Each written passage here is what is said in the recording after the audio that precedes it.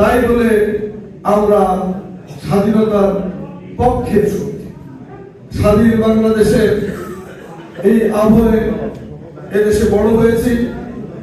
এদেশের আপনাদের উপার্জিত অর্থ দিয়ে আমাদের জীবন মান বেড়েছে।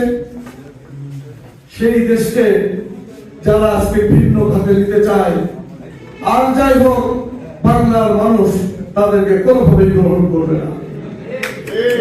আমি বিশ্বাস করি মুক্তিযোদ্ধারা বক্তৃতায় আমরা হয়তো অনেক সময় বলি বীর মুক্তিযুদ্ধ বলে আপনাদের সম্মান দিই, কিন্তু আসলে কতটুকু সম্মান দিই?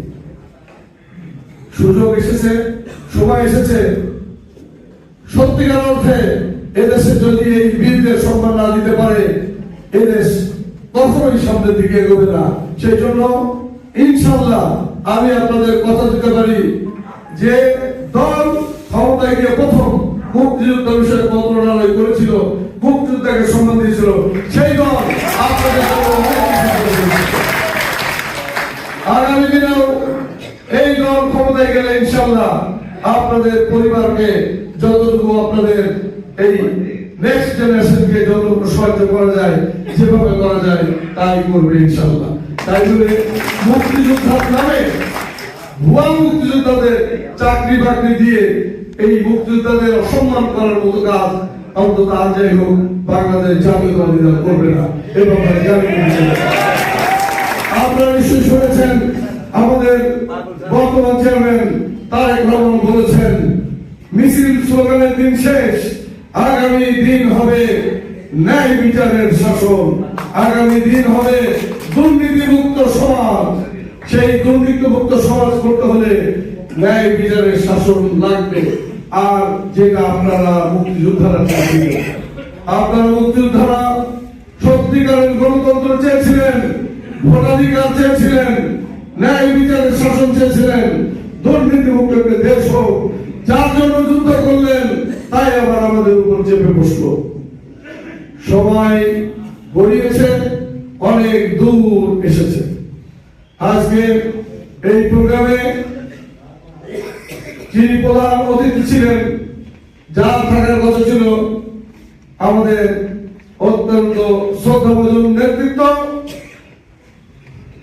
বিএনপির কেন্দ্রীয় ভাইস চেয়ারম্যান মাগুরা 2 আসনের ধানের শীষের কান্ডারি অ্যাডভোকেট বাবু নিতাই রায় চৌধুরী।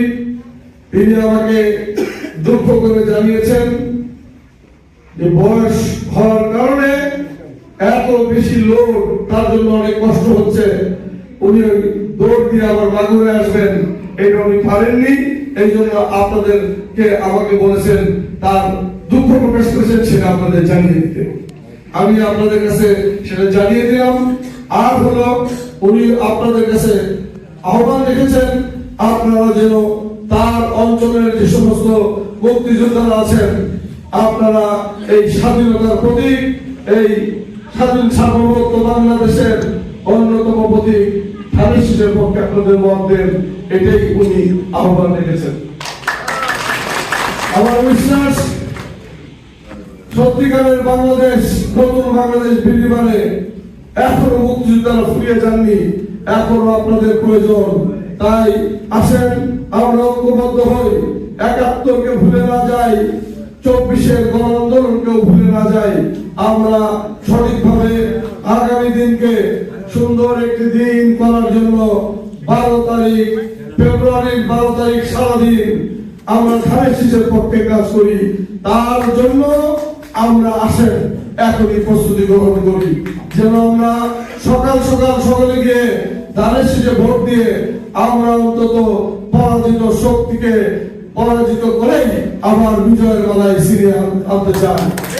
এই আহ্বান রেখে আপনাদের সকলের সুস্থতা কামনা করি।